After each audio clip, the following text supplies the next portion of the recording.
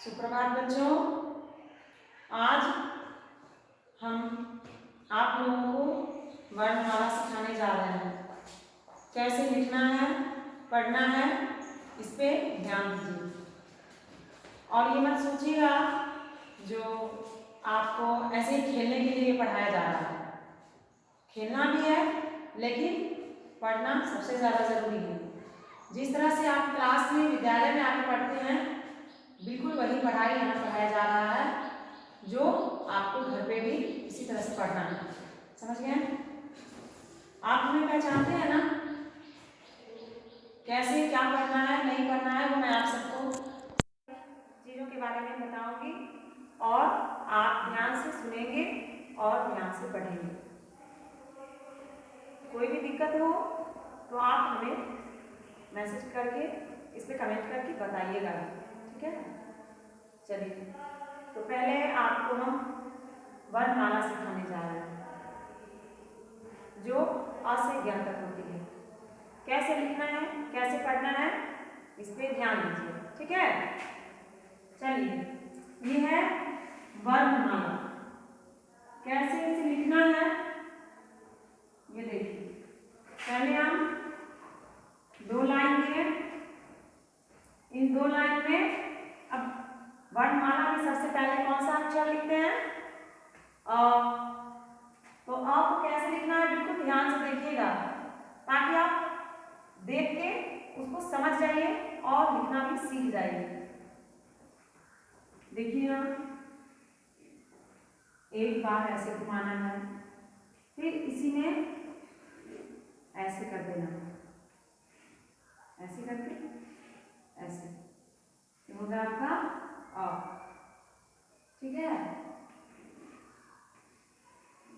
और जितना साफ साफ सुंदर से लिखिएगा उतना अच्छा आपकी लिखावट होगी, उतनी अच्छी आपकी लिखावट होगी। और है ये, तो इसे लिखने के बाद पढ़ना भी है। अगर समझ में नहीं आए तो एक बार नहीं, दो बार नहीं, बार बार पढ़िए, बार बार लिखिए और समझने की कोशिश कीजिए। ये रहा अ। फिर अ के बाद क्या होता है? हमेशा हम हिंदी की कॉपी में दो लाइन में लिखते हैं, तो ये ध्यान में रखना है कि हम इधर इधर इधर नहीं लिख के बिल्कुल इस पे सटा के लिखिए, यानी कि लाइन पे सटा हुआ होना चाहिए। ये हुआ अ के बाद आ। क्या ये आ है? इसको पढ़ते रहिए, लिखते रहिए और बिल्कुल समझते रहिए। ये है अ, फिर है आ, इसके बाद क्या होता है? ह्रस्व ई। ये छोटी सी लाइन खींचेंगे, जैसे कि क्लास में जब आप लोग को पढ़ाते हैं या सिखाते हैं तो आप बड़ा सा लाइन खींच देते हैं, तो ये अच्छा नहीं है। अच्छे अक्षरों को लिखने और समझने के लिए अच्छे से लिखना बहुत ही जरूरी है। तो इसे हम छोटी सी लाइन खींचेंगे, देखिए ध्यान से, बिल्कुल छोटी सी, ठीक है? और फिर ऐसे घुमाएंगे, फिर ऐसे घुमा के और इसको नीचे से ऐसे कर देंगे। ये है ह्रस्व ई, ठीक है? फिर ह्रस्व ई के बाद लिखेंगे दीर्घ ई। तो इससे भी हम छोटी सी लाइन खींचेंगे, फिर ऐसे घुमा के, फिर ऐसे घुमा के। देखिए ध्यान से कैसे घुमाना है। ये इस पे घुमाते हैं, जैसे कि आपको हम क्लास में घुमाने के लिए देते हैं, तो बिल्कुल जैसे हम घुमाए हैं वैसे ही आपको भी घुमाना है। आप अपने मन से गलत मत घुमाइएगा, ठीक है? दीर्घ ई में क्या होता है? जो हम ऊपर में ये रेख देते हैं, इसे हम पहचान के जाते हैं कि ये ह्रस्व ई और दीर्घ ई है, ई। फिर होता है ये नीचे लाइन में, दो लाइन में है इसलिए। फिर दीर्घ ई के बाद है ह्रस्व ऊ। देखिए ये भी अ के जैसा है, पर यहाँ लाइन है पर इस पे लाइन नहीं है, सीधा ये गोल गोल बनाया हुआ है, इसलिए हो गया ह्रस्व उ। इसके बाद होता है दीर्घ उ। दीर्घ उ मतलब ये दोनों एक जैसा ही है। हम इसे सीधे अगर तरीके से देखा जाए तो ये दोनों ह्रस्व उ ही है, यानी कि दोनों एक जैसा ही है। लेकिन इसे पहचानने के लिए हमें इसमें भी रेख की तरफ खींचना पड़ता है। तो ये हो गया दीर्घ उ। ठीक से, ठीक है। अब ये है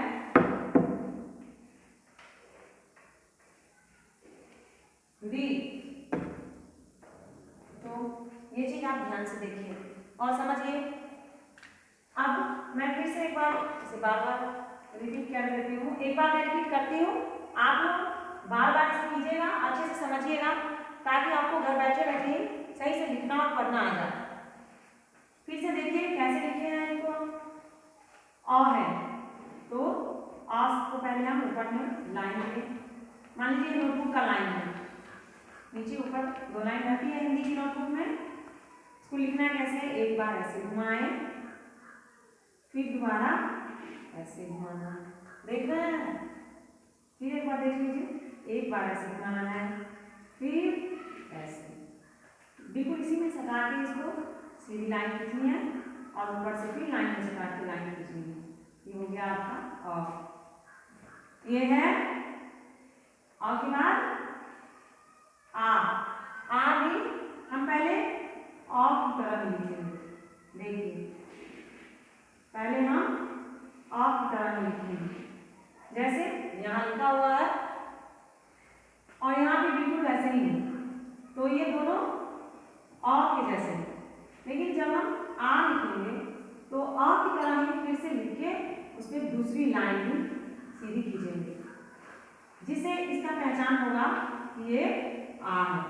ठीक है बच्चों, अ और आ में क्या अंतर है, ध्यान से देखिए। ये अ है और ये आ है, दोनों में अंतर यही है कि ये अ है, इस पर बस एक ही लाइन है सीधी, और आ पे हम दूसरी लाइन दिए हैं, जिसके कारण ये आ है। ठीक है, फिर ये है ह्रस्व ई। ह्रस्व ई में बताए हैं छोटी सी लाइन देना है, बड़ा सा नहीं देना है। छोटी सी लाइन देने के बाद फिर इसको ऐसे घुमाइए, फिर इसको ऐसे घुमा के और ऐसे कर देना है। देखते रहिए ध्यान से मैं कैसे घुमा रही हूँ। ठीक है, और आप भी अपने घर पे अपने कॉपी में इस तरह से प्रैक्टिस कीजिएगा। ये हो गया ह्रस्व ई। फिर ये क्या है, दीर्घ ई। दीर्घ ई में भी छोटी सी लाइन देना है, फिर दोबारा इसे ऐसे कर देना है। अब ये दोनों बिल्कुल एक जैसे ही है, ह्रस्व ई और दीर्घ ई। फिर भी हम इनकी पहचान के लिए इस पे बता रहे हैं जो रेख दिया जाता है। ये रेख दिए जिससे हम पहचान लेंगे ये दीर्घ ई है। इस दोनों की पहचान है कि ह्रस्व ई में ऊपर रेख नहीं है और दीर्घ ई में ऊपर में रेख है। इससे आप बोलने में और लिखने में अच्छे से समझ सकते हैं ये ह्रस्व ई है और ये दीर्घ ई है। ठीक है, आगे है ये ह्रस्व उ। ह्रस्व उ को देखिए कैसे लिख रहे हैं, ध्यान से देखिए मैं कैसे इस पे दोबारा पेंसिल चला रही हूँ, हाथ चला रही हूँ।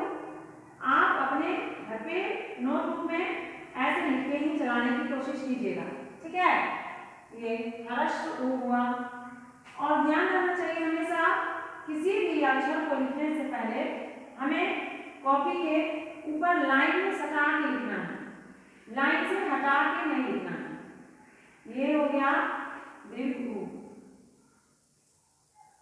दीर्घ उ और ह्रस्व उ में क्या अंतर है ये देखिए, ये है ह्रस्व उ और ये है दीर्घ उ। ये भी दोनों एक जैसा ही लिखे हैं, ह्रस्व उ और दीर्घ उ दोनों एक ही जैसा है, पर दोनों में अंतर क्या है? ये दीर्घ ऊ में ये मात्रा मतलब ये रेप मान लीजिए लगा हुआ है, तो ये क्या हो गया? दीर्घ ऊ हो गया। फिर कैसे पहचानेंगे इसे हम? हर्ष ऊ में रेप नहीं है और दीर्घ ऊ में रेप है। फिर लास्ट में दीर्घ ऊ के बाद क्या पढ़ाते हैं? री। री को कैसे लिखते हैं? पहले सीधी लाइन खींचेंगे, बिल्कुल लाइन के ऊपर सटा होना चाहिए, इसका ध्यान हमेशा रखिएगा।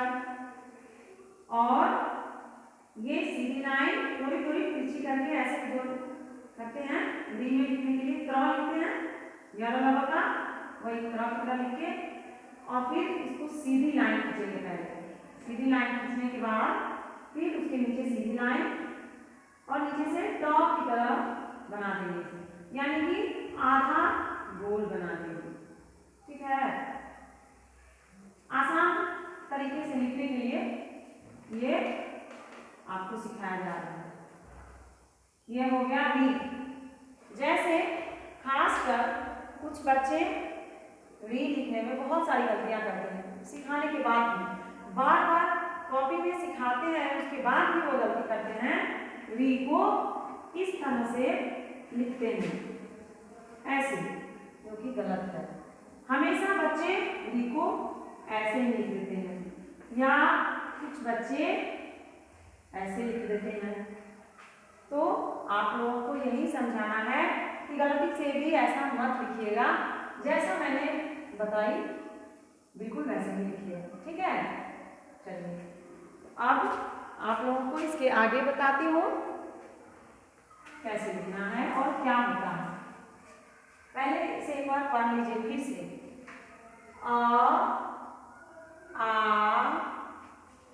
ह्रस्व ई, दीर्घ ई, ह्रस्व उ, दीर्घ उ, री। समझ गए? आगे है, देखिए क्या है ये? ए। कैसे लिखना है? ए। ध्यान से देखिए, ये ऐसे करके फिर ऐसे है और फिर ऐसे। पूरा ध्यान दीजिएगा कि ए कैसे लिखा हुआ है। फिर ए के बाद है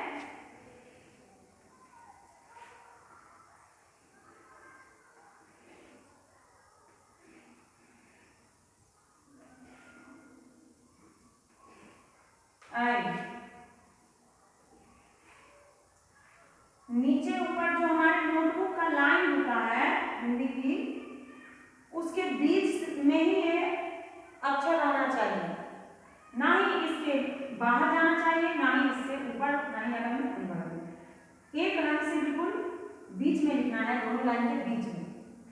तो ये हो गया ए के बाद है ए के बाद फिर क्या होता है? ध्यान से देखिए, दो लाइन के बीच में है, सटाना है इसको, पहले लाइन में लिखना है ओ। पहले ये आ है, आ की तरह है ना, देखिए, और फिर दूसरी लाइन देना है और ऊपर से लिख देना है, छोटा सा दीजिए। और ये हो गया ओ। रही बात आप लोगों को जब सिखाते हैं हम ओ लिखने का, तो कभी कभी आप लोग यहाँ भी ये दे देते हैं, कभी यहाँ भी दे देते हैं, तो ये गलत है। जब भी ओ लिखना है तो आप की तरह लिखिए और उसके ऊपर ये जो दूसरी वाली लाइन है, ऑफ के बाद इसमें जो दूसरी लाइन है, तो ये आ हो गया, और इसी को ऊपर से फिर जो रेख देंगे इसको बोलेंगे ओ। यानी कि हमेशा ध्यान देना है, जो ये दूसरी वाली लाइन पे ही ऊपर से लिखना है, दूसरी वाली लाइन में सटा होना चाहिए, बिल्कुल इससे अलग नहीं, इधर को नहीं लिखना। तो ये हो गया ओ। फिर लिखना है ओ के बाद आओ। आओ में भी वही है, और की तरह लिखने के बाद फिर दूसरी लाइन देंगे और दूसरी लाइन पे ऊपर में फिर 2 ठो रेख देंगे। देखिए, ठीक है। इसमें भी आप गलती करते हैं, जब क्लास में पढ़ाते हैं तो आप कभी यहाँ कभी यहाँ दे देते हैं, ये गलत है, तो इस पे भी आपको ध्यान देना है। ये दूसरी लाइन के बिल्कुल ऊपर में होनी चाहिए, समझ गए? और हो गया। इसके बाद है अंक लिखना। अंक कैसे लिखेंगे? और लिख दिए, और के बिल्कुल ऊपर अनुस्वार दे देंगे, ठीक है, जिससे हम इसे पहचानेंगे कि ये अंग है, ठीक है। ये हो गया अंग। अब है अब कैसे लिखेंगे? देखिए, अ लिख दिए और बगल में 2 ठो अनुस्वार दिए, यानी कि इसे विसर्ग बोलते हैं। ये हो जाएगा अ, ठीक है बच्चों। कैसे पढ़ना है देखिए, और लिखना भी कैसे है, फिर से मैं पेंसिल चला के आपको समझा रही हूँ। ये है ए, बिल्कुल कैसे पेंसिल चलाना है देखिए ध्यान से, ठीक है। अब आपको फिर से हम बता रहे हैं ए कैसे लिखना है। देखिए, इस तरह से ऐसे देख लीजिए, ये हो गया ए। फिर ए की तरह ही ए को लिखेंगे। देखिए, ए की तरह भी ए को लिखें, पर इस पे एक मात्रा ऊपर दे दिए, तो ये हो गया ए और ए में क्या अंतर है? ए के ऊपर रेफ या मात्रा नहीं है, ए के ऊपर ये मात्रा है, इसलिए ये दोनों अलग अलग हो गए, ए और ए, ठीक है। इसके आगे है ये ओ फिर लाइन पे, हमेशा लाइन पे सटा होना चाहिए। और की तरह लिखेंगे, फिर देखिए, और इसमें सटा के फिर लाइन दिए, ये हो गया और फिर एक लाइन देंगे तो ये मान लीजिए हो जाएगा आ। फिर इसी में सटा के अगर ऊपर से दे देते हैं तो ये हो गया ओ, ठीक है, समझ रहे हैं ना। अब है औ के फिर ऊपर में लाइन सीधी होनी चाहिए, आ की तरह फिर लिखना है, यहाँ आ की तरह लिख दिए, और तो आपको आता है लिखने, ठीक है। आ की तरह लिखने के बाद फिर इसमें भी दूसरी लाइन दिए, तो ये आ जैसा हो गया। और फिर जब इसमें से 2 ऊपर में रेख दे दिए या मात्रा दे दिए, तो ये हो गया औ। तो ओ और औ में क्या अंतर है? ओ पर एक ही मात्रा है, ठीक है, और औ पर ये 2 की मात्रा है। बिल्कुल इस दूसरे वाले लाइन के ऊपर होना चाहिए, ना इधर ना ही इधर, इस बात का ख्याल रखिएगा। ये रहा अंग। अंग फिर कैसे लिखना है? बिल्कुल अ की तरह लिख दिए, अ की तरह लिख दिए, और इसके ऊपर ये अनुस्वार हो गया, तो ये हो गया अंग। इसको बोल बोल के पढ़ना है आपको। अ के ऊपर अनुस्वार हो गया, तो ये हो गया अंग। और ये है अ, इसे भी अ की तरह ही लिखेंगे। देखिए, अ की तरह लिखना है ना, और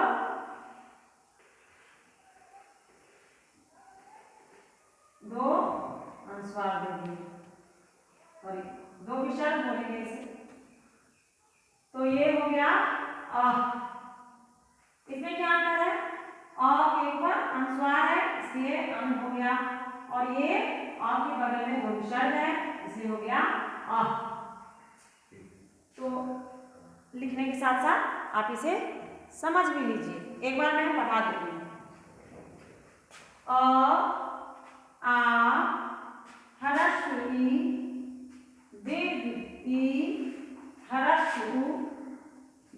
फू री, ए ऐ ओ औ अं आ। ठीक है, बाद बाकी आपको फिर अगले क्लास में इसकी आगे सिखाया जाएगा। ठीक है, थैंक यू, बाय बच्चों।